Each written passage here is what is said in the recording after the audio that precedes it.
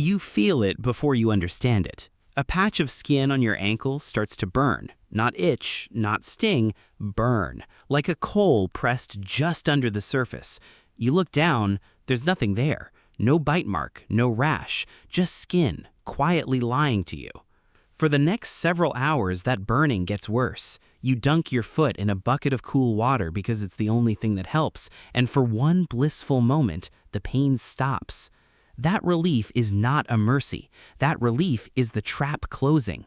Because somewhere under that patch of skin, a creature the length of your arm has been waiting a year for exactly this moment, the moment your foot touches water, and it is about to make one of the most precise reproductive decisions in the animal kingdom, using your leg as the delivery system. I'm a physician. I've spent more of my adult life around parasites, infections, and the various ways the human body betrays itself than most people spend around their own relatives.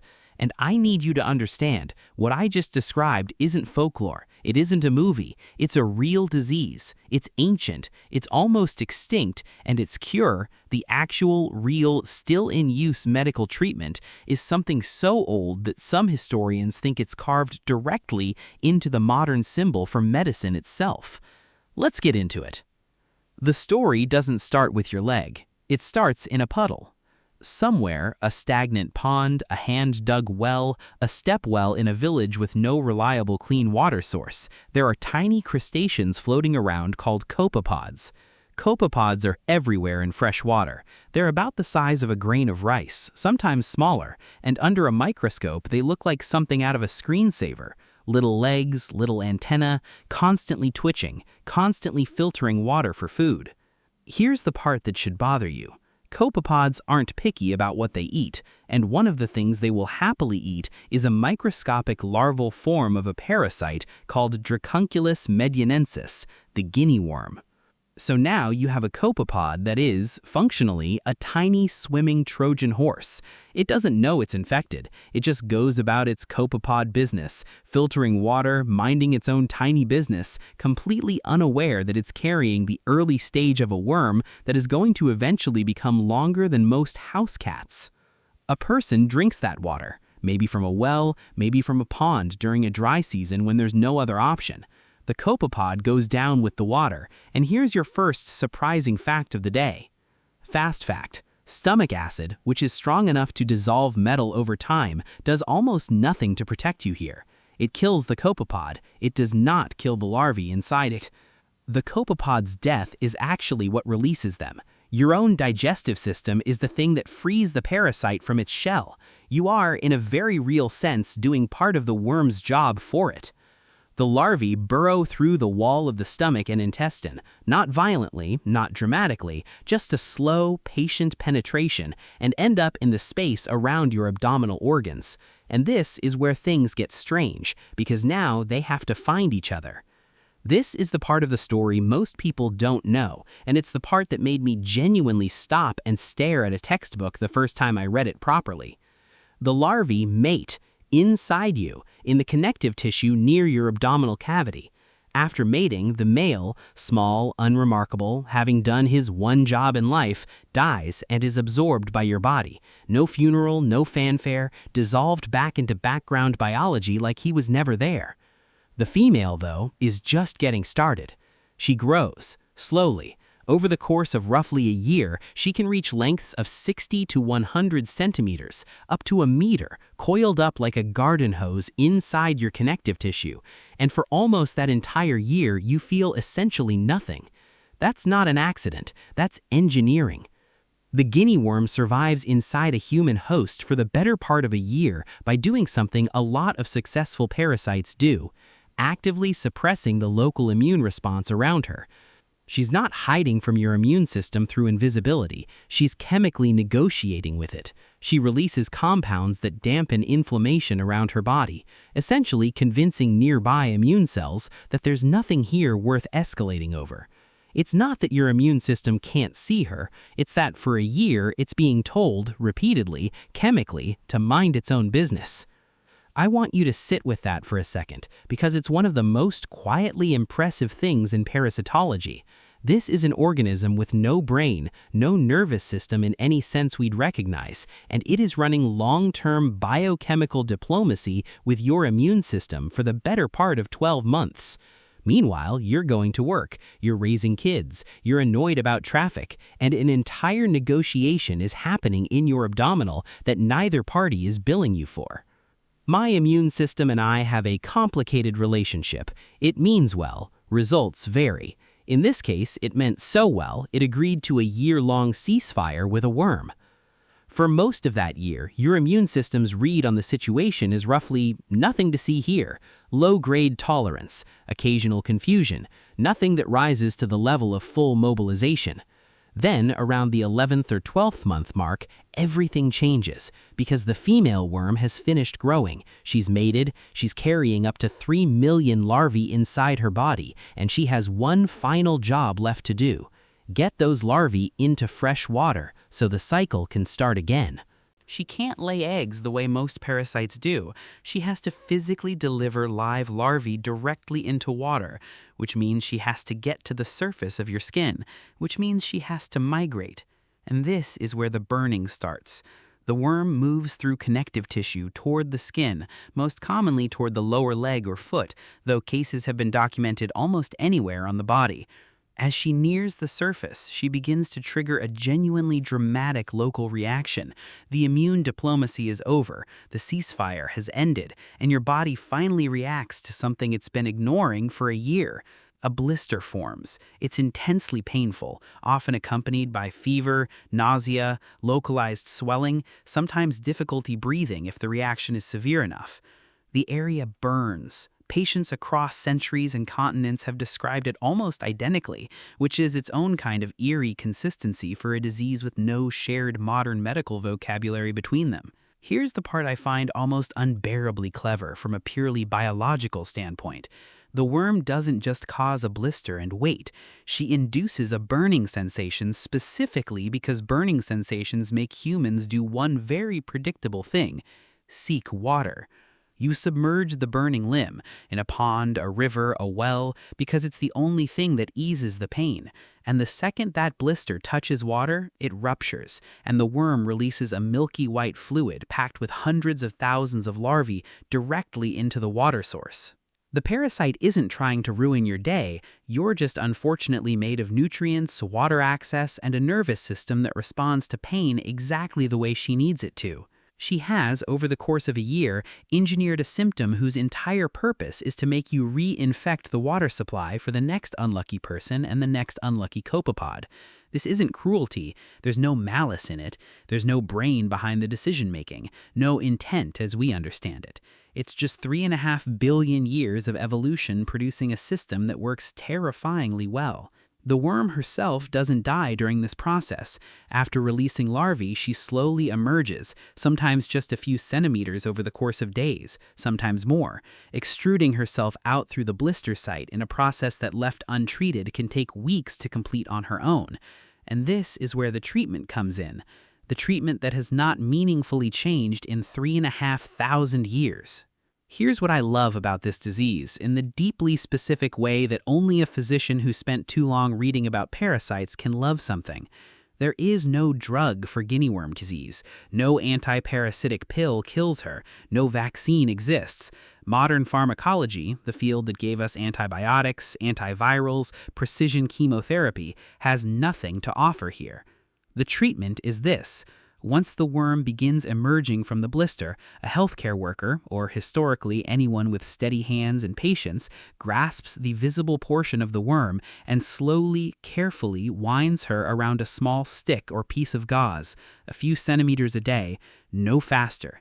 If you pull too hard, the worm can snap, and the retained portion decomposing inside the body can trigger a severe secondary infection, sometimes life-threatening. So the process is agonizingly slow by design. A few centimeters, wound onto the stick, tied off, left for a day, then repeated. Over the course of weeks, sometimes over a month, the entire worm is extracted, millimeter by millimeter, exactly the same way it was described in medical texts from ancient Egypt. References that closely match guinea worm extraction appear in the Ebers Papyrus, an Egyptian medical text dating to roughly 1550 BCE, making this one of the oldest continuously documented human diseases with a continuously used treatment method. 3,500 years of medical progress, germ theory, antibiotics, imaging, organ transplantation, mRNA vaccines, and for this specific parasite, the state-of-the-art treatment is still a stick and patience.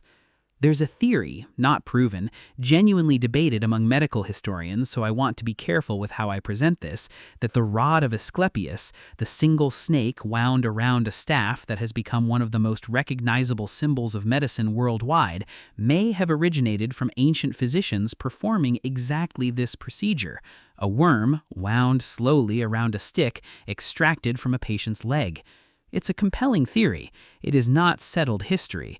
But if it's true, it means the literal symbol for medicine, printed on ambulances and hospitals and medical journals around the world, might secretly be an illustration of guinea worm extraction. Somewhere an ancient Egyptian physician invented the world's slowest surgery, and modern medicine looked at it 3,000 years later and said, "Yep, still can't beat that." True or false, you can just yank the worm out in one motion once it starts emerging. Verdict: false. Dangerously false. Reality, pulling too quickly is one of the most common ways this disease becomes far more dangerous than it needs to be. If the worm breaks partway through extraction, the remaining segment inside the body dies and begins to decompose in the tissue. That triggers a severe inflammatory and often bacterial response. Abscesses, cellulitis, in some documented cases sepsis. The slow winding technique isn't old-fashioned stubbornness, it's the only method that reliably avoids that outcome, and it works precisely because it respects the biology instead of fighting it. I bring this up because it's a theme you'll see across a lot of parasitic disease treatment throughout history.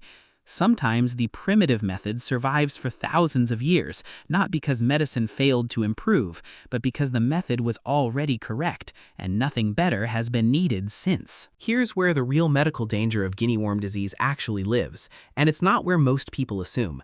The worm herself, while she's inside you for that year, causes minimal direct tissue damage. Most of the serious morbidity associated with this disease comes from what happens after the blister forms, because that open wound sitting on a limb in a region often without reliable access to clean bandaging or antiseptics becomes a highly attractive entry point for bacteria. Secondary bacterial infections at the emergence site are common, and historically these were responsible for a significant portion of the disease's disability burden: swollen joints, abscesses, tetanus in unvaccinated populations, and in some cases permanent limb damage from severe secondary infection, not from the worm itself. For most of history, people assumed the worm was the primary source of danger. In many cases, the actual medical threat was opportunistic bacteria exploiting an open wound the worm created.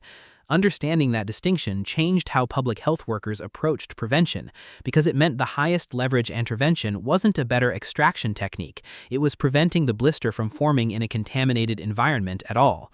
In 1986, an estimated 3.5 million people across Africa and Asia were infected with guinea worm disease annually. That's not a small outbreak. That's a number roughly equivalent to the entire population of a mid-sized country, all carrying a meter-long worm slowly maturing inside their bodies, most of them in regions with limited healthcare infrastructure, limited clean water access, and no pharmaceutical treatment available even if they'd wanted one. By 2023, that number had dropped to roughly a dozen reported human cases worldwide. Let that sit for a second, because it's one of the most remarkable achievements in the entire history of public health, and it happened with no vaccine and no drug. It happened almost entirely through basic infrastructure and behavioral change, teaching communities to filter drinking water through simple cloth filters fine enough to remove copepods, treating contaminated water sources, and isolating infected patients from water sources during the emergence period so they couldn't recontaminate the supply. Fast fact: guinea worm disease is on track to potentially become only the second human disease ever eradicated, after smallpox, and the first ever eradicated without a vaccine or medication. If it happens, it will be one of the only diseases in human history defeated purely by understanding its life cycle well enough to interrupt the chain, not by killing the organism directly. I find that genuinely moving in the specific way that only public health data can be moving. No miracle drug, no breakthrough vaccine, just people understanding a life cycle well enough to break one link in it, over and over, village by village, for 40 years. I want to circle back to something because it's one of my favorite quietly bizarre facts about this disease. Even after the worm is fully extracted, after weeks of careful winding, after the wound finally closes, your immune system doesn't necessarily register the event as neatly resolved. Some patients develop delayed hypersensitivity reactions to worm proteins that lingered in the tissue. Others experience secondary joint pain or localized inflammation for weeks after the worm is gone. Essentially, your immune system processing the departure of a guest it spent an entire year being diplomatically told to ignore. It's a strange kind of biological hangover. The threat is gone, the response hasn't fully caught up yet. Your immune system, several weeks after the worm left, saying, wait, we were doing something about that, right? Did we handle that? I feel like we should double check. True or false? This disease no longer matters because it's almost eradicated. Verdict: partially false and worth correcting. Reality: while human cases have plummeted to historic lows, guinea worm has revealed something scientists didn't originally expect. Infections in domestic dogs, particularly in parts of Chad, have become a significant complicating factor in the eradication effort. Dogs can host the same parasite, complete the same life cycle, and contaminate the same water sources, which means eradication now requires monitoring an animal reservoir, not just a human one. It's a reminder that almost eradicated doesn't mean understood in full. The parasite found a workaround nobody had specifically anticipated, and public health researchers are still actively working through what that means for the final stretch of eradication. Realistically, your odds of ever encountering guinea worm disease are about as close to zero as a real, documented human parasite can get. It's now confined to a small handful of countries, primarily in Central Africa, and case counts are in the single or low double digits globally per year. But the lessons underneath this disease are worth remembering because they generalize far beyond one parasite. First, clean water isn't a background convenience. It's arguably the single most powerful piece of medical technology humans have ever developed, and most of us never think about it because we've never had to. A simple cloth filter, something you could make in your kitchen right now, was enough to bring a disease down from 3.5 million annual cases to essentially zero. Second, not every medical problem needs a pharmaceutical solution. Sometimes the correct treatment really is patience, precision, and understanding the biology well enough to work with it instead of against it. The stick and gauze method has outlasted entire eras of medical fashion because it was never actually primitive. It was correct. Third, and this is the one I want you to actually carry with you, the scariest sounding diseases in human history are very rarely defeated by dramatic breakthroughs. They're defeated slowly, by unglamorous, repetitive, patient work, village by village, filter by filter, centimeter by centimeter, wound around a stick. Medicine becomes a lot less frightening once you understand the rules underneath it. Not because the biology gets any less strange, trust me, it doesn't, but because you start to see the pattern behind the chaos. A parasite spending a year negotiating a ceasefire with your immune system isn't a monster, it's a system executing a strategy shaped by millions of years of trial and error, same as everything else alive on this planet, including you. I think that's worth finding fascinating rather than frightening. I certainly do. Possibly too much. My family has opinions about how often I bring this up at dinner. If you want more videos like this, subscribe.